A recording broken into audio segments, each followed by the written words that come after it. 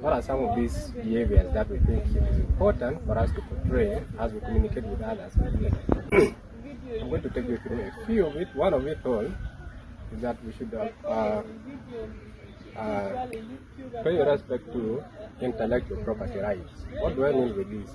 We know there are people who have written books, people who have done a lot of research and have posted.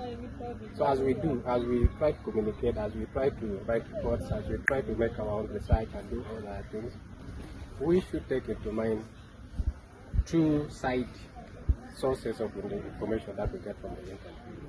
You don't have to go and copy everything and paste it. As you copy and paste, making addition and there, make sure you try to appreciate by citing sources of this information that you get online. I think that's clear. The other important aspect of communication online, the behaviors that we think we should portray as we communicate with others, is that we should avoid sharing personal information, people's personal information, without seeking for their consent. For example, personal photos, you can't just go and take photos of a colleague and post online without their consent. Two, there are some personal information like the bank details, issues to do with somebody's religion, issues to do with the personal political affiliation, issues to do with the sexual orientation of individuals. Those are things that we should keep out. You can share only if the person has consented that you should share. The other information like pictures of minors, children people below 18 years, it is not allowed for you to share their photos online without consent of people who are responsible, especially their guardians or parents. So without consent, we are not supposed to share such information online.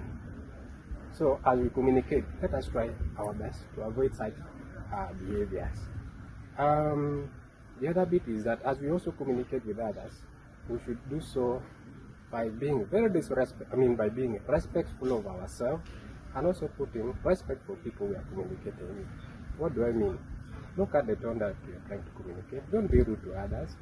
As you communicate, make sure that you put the other person, you communicate with sympathy, with empathy, so that you don't offend others. Because whatever you write here can offend someone else if you don't put them into your shoes.